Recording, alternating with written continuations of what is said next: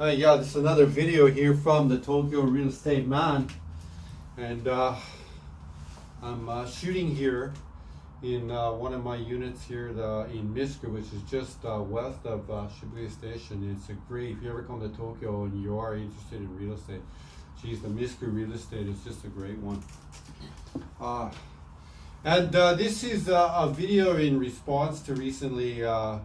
I'm fans of a lot of the channels, as you know if you follow my channel. I'm originally from Vancouver, and I'm interested in real estate in Tokyo, and I'm interested in Vancouver real estate, mostly because it's my hometown, and I live most of my life in Japanese, but I like to follow YouTube and what have you, and it's a real outlet for me to watch videos about real estate in terms of the English world. And I love YouTube because I just like to watch regular people producing videos.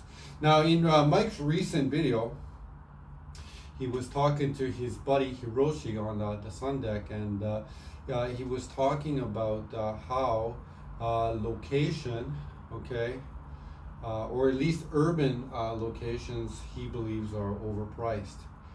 And well, again, I think that Mike is being a little disingenuous in terms of his analysis about things, because, and I'm putting things together. I don't know everything about Mike Martins. I can only learn, put things together about just being a fan of his channel over the last few years.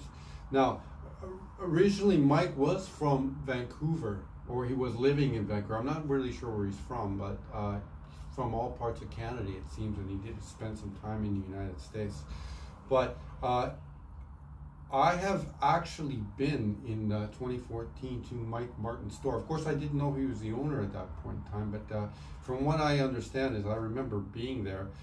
He's in that kind of mall, he was in the new mall complex in the Chinatown area. So I want to bring you back to how this comes back to my main point is Mike Martins in his videos is saying to people how they should leave the city, but the truth is he made his wealth in order to buy his new house in the city. So urban locations matter, okay? And the market, I mean, there's always going to be some distortions in the market. People would say maybe the Dow was been overbought the last 10 years, or the Tokyo real estate market or the Vancouver real estate market has gone up too high. Okay, but in some ways the market reflects the aggregate thinking of the people. Okay, like not all the people in the market are wrong, you know. So like when Mike says that a house in Kitsilano or downtown Vancouver should be worth $350,000 because that's the value of the building materials, that goes in the face of like the decisions of like literally hundreds of thousands, or you know, if you like put Tokyo into it, like perhaps like central Tokyo is 1 million households, you know, the thinking of 1 million people that location matters is real.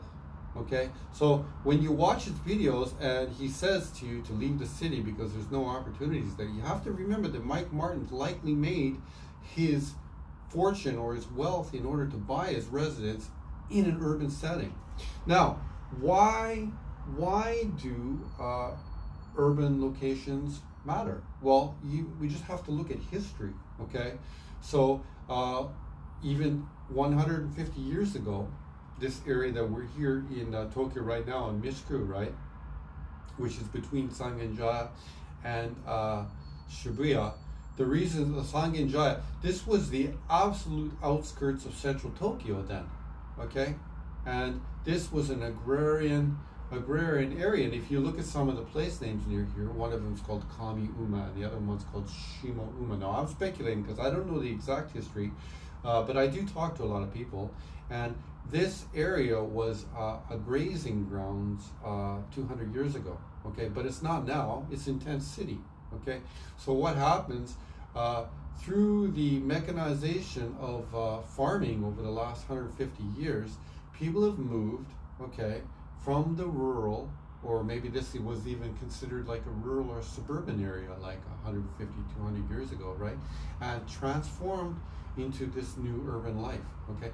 And this is continuing to happen, okay, as more and more automation happens.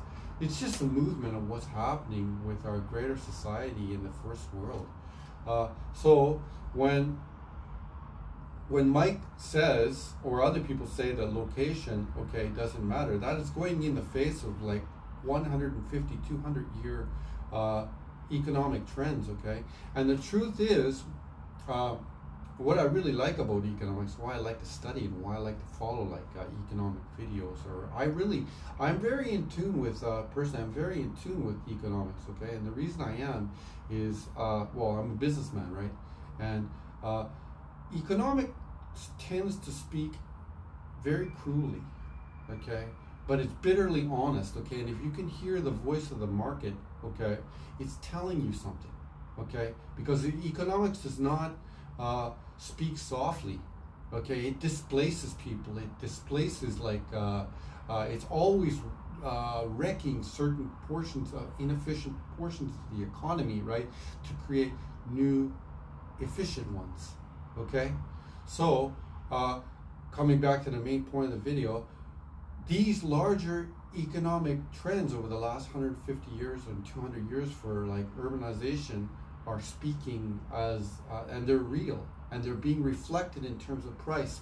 So when people say that the urban market is overpriced and what have you, whether it be Vancouver or Seattle or Tokyo or Los Angeles, okay, they're really speaking against the grain of the economic trend of the last 200 years, which I think is going to continue. Now, having said that, right, we all have to make compromises in our life, okay?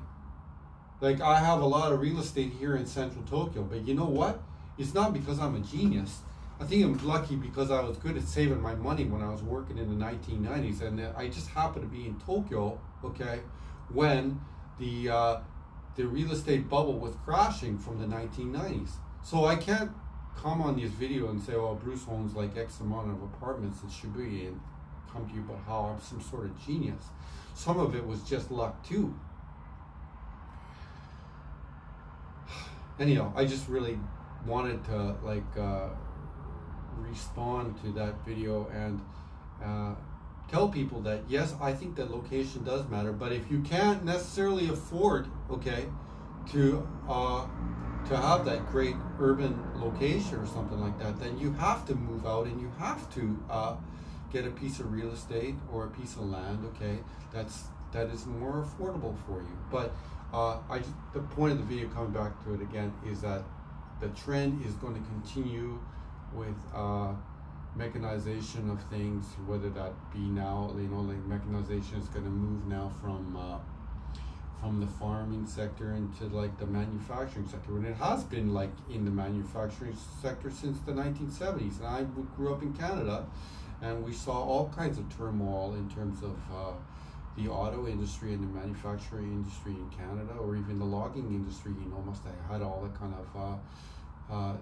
to deal with all that kind of mechanization of forestation, if you think back into the 1960s and 50s. So yeah, just remember, okay, that this is a long historical trend in play. Yeah, again, I'm the Tokyo Real Estate Man. I invite people to follow my channel or follow my YouTube channel, which is ShibuyaRepublic.org, or you're welcome to follow my Instagram, which is also Shibuya Republic. And any commentary and opinions in regards to this video or my other videos is always appreciated. Thank you. Tokyo Real Estate Man signing out here from Mishku.